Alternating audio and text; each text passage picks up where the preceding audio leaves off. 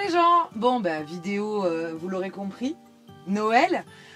Aujourd'hui on va vous parler comment nous, depuis plus de 2 ans, on prépare Noël en camping-car. Allez c'est parti. It was the night before Christmas.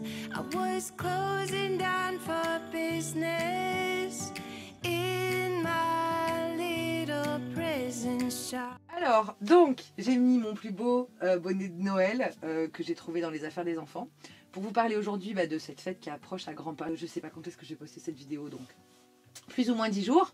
Et donc, ça fait déjà 2 Noëls qu'on passe dans le camping-car, donc on voulait vous parler de ça et de vous expliquer comment on organise, on vit Noël et puis quel cadeau on se fait, tout simplement. D'abord, on va vous parler de comment préparer Noël en camping-car.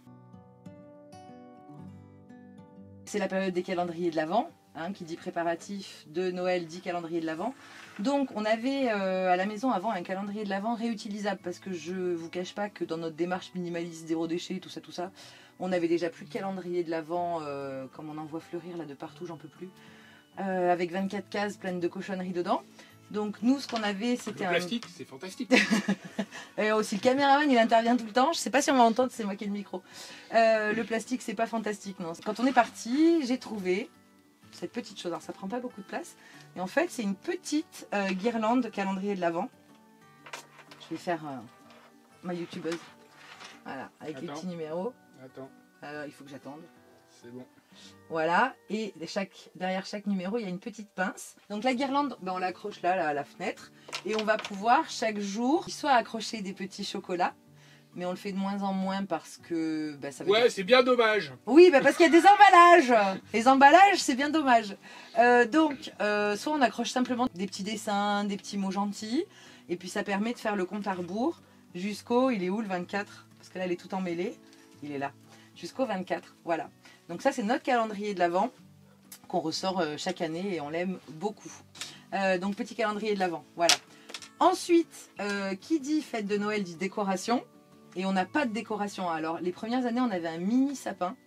On s'en est débarrassé chez tes parents. C'était un petit mini sapin là en plastique. Alors je suis pas forcément pour. Après il y a le débat de si j'utilise mon sapin en plastique pendant 20 ans, est-ce que c'est mieux que d'acheter... Je vais pas rentrer là-dedans. En tout cas, en camping-car, ça tombait tout le temps quand on roulait, donc c'était très pénible. Donc cette année, on a décidé de ne plus avoir de sapin. Et au pire, on va aller chercher des choses dans la nature. Donc là, j'ai un petit marron. Les petites pommes de pin, ça va dépendre de là où vous êtes. Ça peut être des branchages, ça peut être du hou, des baies, plein de choses, des coquillages. Nous, on avait eu ça aussi, on avait peint des coquillages une année. Et donc ça permet de faire des ateliers créatifs avec les enfants. Non, attends, mais il faut que tu attendes en fait. J'attends, j'ai aucune patience. Attends. Là, c'est bon. Voilà, donc cette magnifique pomme de pin que j'avais peinte en Grèce. Voilà. Et puis, il faut que je réattende. Oui. Ah, c'est chiant, hein. C'est bon. Et on fait aussi des ateliers créatifs avec les enfants avec simplement des feuilles de papier qu'on trouve ou qu'on achète. On peut recycler du journal, on peut, voilà, plein de choses, des brochures. Et on va pouvoir faire nos décorations, ce qu'on avait fait déjà l'année dernière. Je vais vous mettre quelques images là de quand on était au Portugal. C'était pas en Espagne, c'était au Portugal. It was the night before Christmas. I was closing down for business in my little prison shop. When the bell on the door jingled once more, and then time almost came to a stop. But somehow I knew, and maybe so did you, that everything would change from now on. Yes, from this Christmas on, this Christmas on, from this Christmas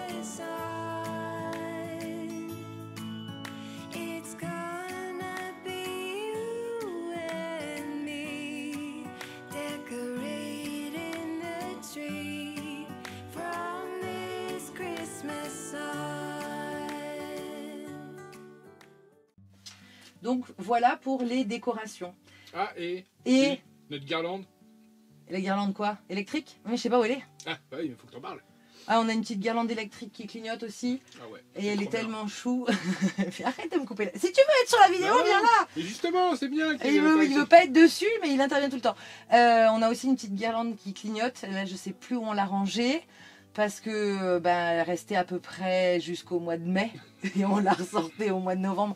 Donc en fait, elle est là tout le temps, mais elle tombe. Enfin. Bref, on a une petite guirlande qui clignote.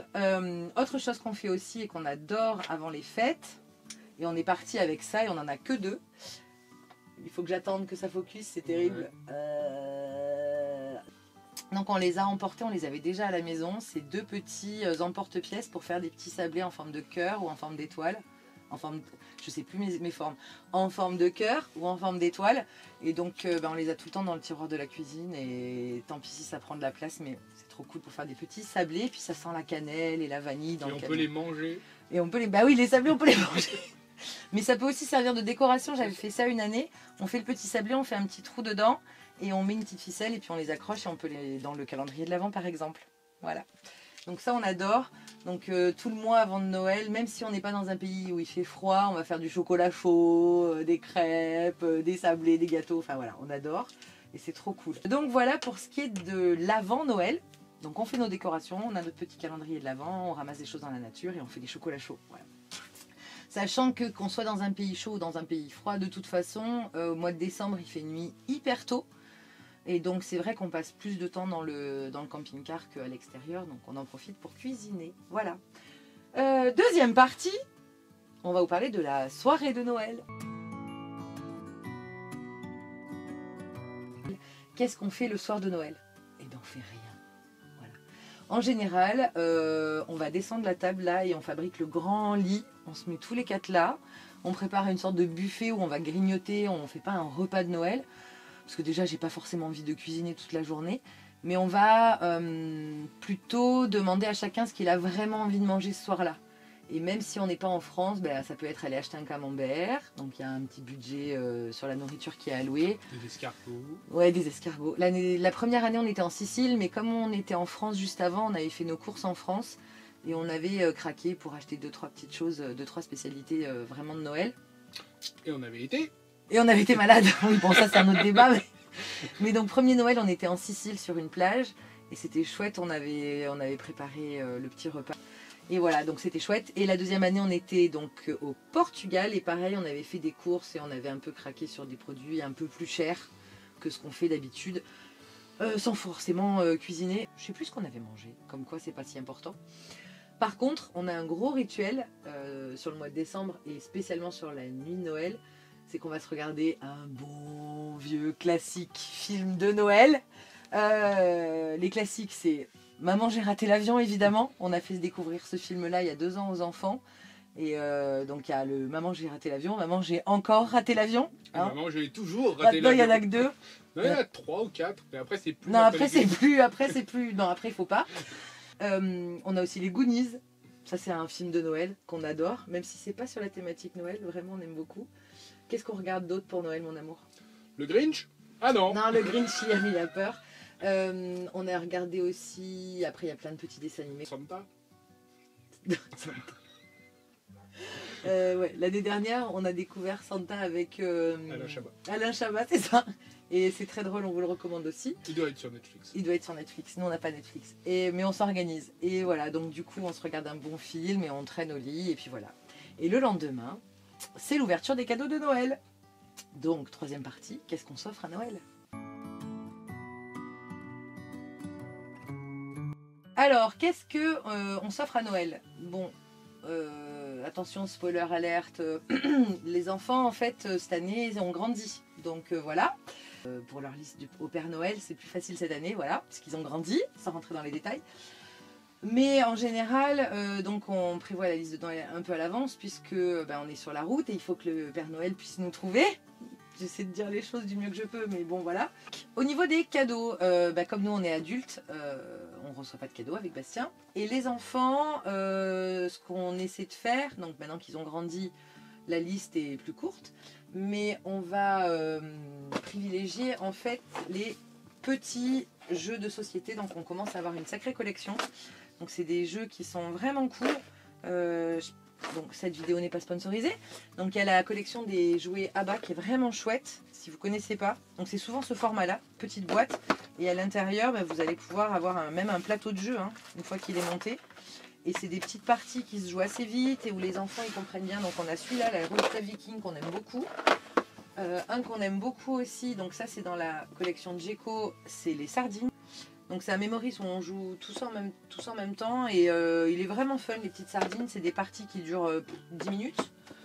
Un maintenant dont on se sert beaucoup aussi pour les maths, c'est le 6 qui prend. Où on est obligé en fait de calculer les différences et les soustractions. Donc ça ils aiment beaucoup. Donc voilà, tous les petits jeux de société qu'ils ont, ils tiennent là-dedans. Qu'ils ont et que nous on a. Un qu'on aime beaucoup avec Bastien et qu'on a déjà depuis... On l'avait emporté sur le premier voyage. C'est Tempête sur l'échiquier. Donc par contre, il faut un jeu... Ouais, un petit jeu d'échecs. Mais on a un jeu d'échecs de voyage. Là, il n'est pas là. Il doit être dans le placard. Et c'est des cartes magiques qui permettent de rajouter des effets magiques à une partie d'échecs. Qu'est-ce qu'on a? Les classiques jeux de cartes. Hein, ça, il faut toujours avoir des jeux de cartes. Et qu'est-ce qu'on a d'autre aussi qu'on aime beaucoup? Le loup-garou, il faut être plus nombreux. Et puis nous, quand on rencontre d'autres gens qui savent y jouer, on adore Munchkin. Voilà. Je vais pas vous faire une liste de jouets. Peut-être que ça sera l'objet d'une vidéo à part de quels jouets emporter avec des enfants. Mais en tout cas, voilà, il y a des petits jeux comme ça qui coûtent pas très très cher en plus et qui sont vraiment, vraiment cool à avoir en voyage. Donc voilà. Ça, c'est ça. Et achetez-les chez un... Et bien sûr, je vais pas mettre de lien Amazon. Amazon, c'est la mort. Je ne veux pas. Débrouillez-vous pour aller chez un super revendeur de jeux qui saura vous conseiller en plus avec passion. À Lyon. Il y en a partout en France. Donc à Lyon, nous, on adore aller chez Troll Lune. Hein, c'est toujours pas sponsorisé. Enfin, on en trouve de plus en plus des petites boutiques qui vendent des jeux. On peut même les louer si vous êtes sédentaire, les essayer, les acheter après. Enfin bref. Donc voilà. Et puis la deuxième chose là qu'on essaie de plus en plus de pousser pour leurs anniversaires aussi et pour Noël, maintenant qu'ils ont grandi, ça va être de choisir des expériences. Donc ça peut être des tickets de cinéma, ça peut être une entrée pour un musée ou un parc d'attractions qui leur tient vraiment à cœur. Ça peut être Daphné pour son anniversaire, on avait fait balade avec les poneys, donc ça va dépendre de l'endroit où on se trouve. Et on va essayer de trouver quelque chose qui leur plaît et qui nous plaît pour faire une activité ensemble qui sorte un petit peu de notre budget habituel. Voilà. Donc moi je vous disais, on ne se fait pas de cadeaux à Noël. Par contre, si vous avez besoin d'idées cadeaux pour des voyageurs, ou pour vous-même, si vous ne savez pas quoi demander, on en revient toujours à lui là, c'est toujours pas sponsorisé, hein. Camping-car en France et camping-car en Europe, voilà, des guides de voyage, ça plaît toujours. Là on a par pays, et bien sûr des livres, parce que nous on n'est pas du tout liseuse. Donc je vais vous faire une recommandation spéciale pour un gars qu'on kiffe et qu'on connaît bien et qui a sorti son livre qui s'appelle Avance Bordel. Donc c'est l'histoire de Samuel et j'ai pas fini de le lire, j'en suis là, voilà. Et parce que pour tous ceux qui se trouvent des excuses, il faut savoir que c'est, je vais juste lire ce qu'il y a écrit là, hein, l'extraordinaire aventure d'un tétraplégique autour du monde. Il est actuellement en Amérique du Sud. C'est le 3e continent, 4e continent qu'il entame, puisqu'il a fait Amérique du Nord, il est allé jusqu'en Mongolie, il a fait toute l'Europe, et là maintenant il est en Amérique du Sud. Ça c'est ouf! Bref, pour tous ceux qui se trouvent des excuses à partir et qui se disent qu'ils peuvent pas, ben tu lis ça et voilà. Un autre livre qu'on vous conseille mais que je n'ai pas, c'est le livre de nos copains Nouveau Monde qui ont sorti Rando-Bière en France. Je vais vous mettre une incrustation là quelque part, ou là, je sais pas. Donc c'est un super livre où ils ont eux-mêmes testé pendant plus de 6 mois toutes ces randos. Et en fait c'est des petites boucles de rando de je crois moins de 10 km qui se finissent par une brasserie locale. Et donc on peut déguster une bonne bière à l'arrivée de sa rando et on adore ce concept là. Et je vais revenir sur ce dont je vous ai parlé dans la dernière vidéo ici, comment faire ses courses zéro déchet. Quand vous voulez offrir un livre ou un jouet et que vous n'avez pas de papier cadeau comme nous, je reviens. Hop, qu'est-ce qu'on prend? On prend soit son sac à vrac, là, voilà. On le met dedans, ça fait hôte du Père Noël. Et on a un emballage cadeau magnifique. Ou on prend un bout de tissu pour faire un furoshiki. Alors c'est mieux si vous les achetez chez les copines et puis Colette, mais bon, c'est un autre débat. Donc je le mets là, je fais mon petit pliage, voilà. Alors, hop, on plie, hop, on ramène, tac, tac, et une fois qu'on est là, on fait un joli nœud et un deuxième joli nœud. On peut faire des jolies oreilles comme ça. Voilà, c'est très très beau. Ouais. Et on a un magnifique papier cadeau, tout simple. Et comme ça évite. Et d'acheter du papier cadeau qu'on ne sait pas où en trouver quand on est sur la route. Et puis après d'avoir des déchets partout. Donc là, on peut l'emballer là-dedans. Et pour expliquer aux enfants pourquoi il n'y a pas de papier cadeau et que le Père Noël a emballé dans des tissus, il suffit de leur expliquer que comme on est en démarche zéro déchet, on va laisser les furoshiki dans le camping-car à disposition pour que le Père Noël, quand il arrive, il emballe les cadeaux directement dedans. Donc il n'y a pas de problème. Alors, je voulais juste intervenir. Hein. Et les lutins, tu les mets au chômage. Et les lutins, je les mets au chômage. Ouais, mais au moins, les lutins du recyclage, ben aussi, je les mets au chômage parce que ça se recycle pas le papier cadeau. Voilà, donc une bonne alternative pour faire des cadeaux à Noël et pas à Noël. C'est le furoshiki et c'est mieux encore si vous l'achetez chez Epicolette, mais je crois que là, vu les délais, ça va être chaud, mais tentez votre chance. Pour l'avoir avant Noël. Ce qui n'est pas grave si vous ne l'avez pas pour Noël parce qu'on peut s'en servir pour les anniversaires tout au long de l'année. C'est ça qui est génial. Qu'est-ce que je voulais rajouter d'autre, mon amour? Que tu m'aimes? Oui, ça oui. Ben, on va leur souhaiter de bonnes fêtes. Bah ouais. Ben voilà. Alors attends, ben, tu vas venir avec moi quand même pour leur souhaiter de bonnes fêtes. Ouais. Là, je me rapproche. Voilà. Là, encore. Voilà. Là, c'est bon. Bon, il m'a rejoint, ça y est, Ça y est. le caméraman. Pour vous souhaiter de passer de bonnes fêtes de fin d'année. Alors, c'est peut-être pas la dernière fois qu'on vous le dit. Hein. Si, je sais pas, ça dépendra de la prochaine vidéo, j'en sais C'est ça. rien. En tout cas, on vous souhaite de passer de bonnes fêtes où que vous soyez, en camping-car, en maison, avec vos enfants, avec votre famille, avec vos amis, peu importe. Et puis on vous dit à très vite. Des bisous. Des bisous. Et on chante un peu. Ah It's oui, Christmas je for... vous Merry Christmas Day. Oui, On peut chanter la même? Non, Mais si. on chante en canon. C'est non. It's Christmas for... Non, je connais pas ça. C'est vrai, tu la Non. connais pas? Vive le vent, vive le vent, vive le vent d'hiver. Boule de neige et jour de l'an et bonne année grand-mère. Ah.